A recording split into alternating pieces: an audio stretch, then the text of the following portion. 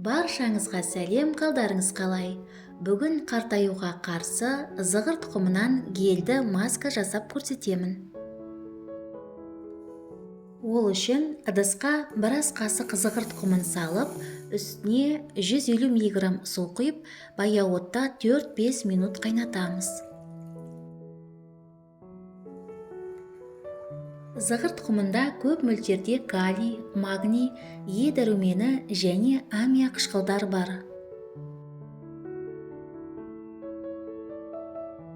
Дайын болған зығыр қайнатпасын суығанша қоя тұрамыз.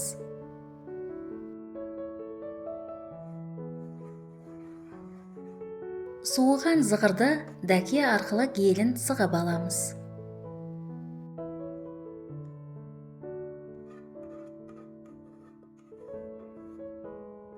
Достар, менің каналыма жазылыңыздар.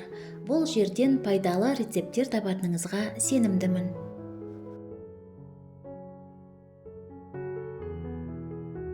Егер мені қолдағыңыз келсе, каналға жазылыңыз, лайк басыңыз, видео рецептпен достарыңызбен бөлісіңіз, және жаңа рецепттерді жіберіп алмас үшін қоңырауды қосуды ұмытпаңыз.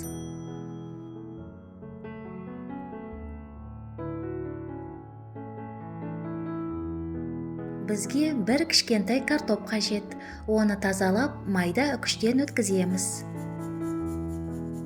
Картоп антиоксиданттарға бай, терідегі табиғи коллаген өндірісін арттырады. Картоп шырынын иеліктен сүзіп аламыз. Шамамен біраз қасық керек. Мен үшін сіздің пікіріңіз маңызды. Пікір қалдырсаңыз қуанышты болар едім. Бір кішкентай сәбізді тазалап, майда үкіштен өткіземіз. Сәбіз әжімдермен күреседі және олардың қайта пайда болуына жол бермейді. Сәбіз шырынын електен өткізіп, сығып аламыз. Шамамен біраз қасық керек.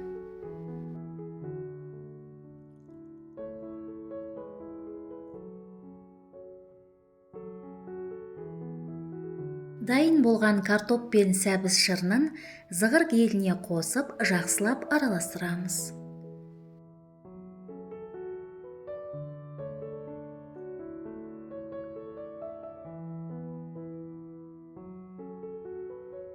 Бір шай қасық шабдалы тұқымы майын қосамыз, араластырамыз.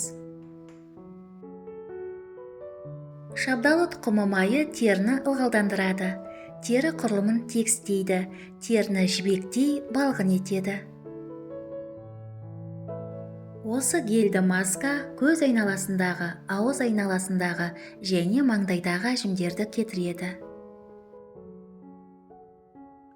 Дайын болған масканы шыны ыдысқа құйып, тоңазытқышта 7 күнге дейін сақтай аламыз.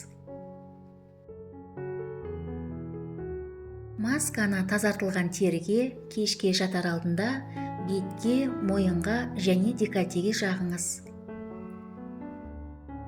Тері масканы сіңіргенше уқалап жағыңыз. Масканы таңертеңге дейін теріңізде қалдырыңыз, немесе 1 сағат ұстап, жуып тастаңыз. Жақсы нәтижеге жету үшін кем дегенде 1 ай бойы үздіксіз жағыңыз.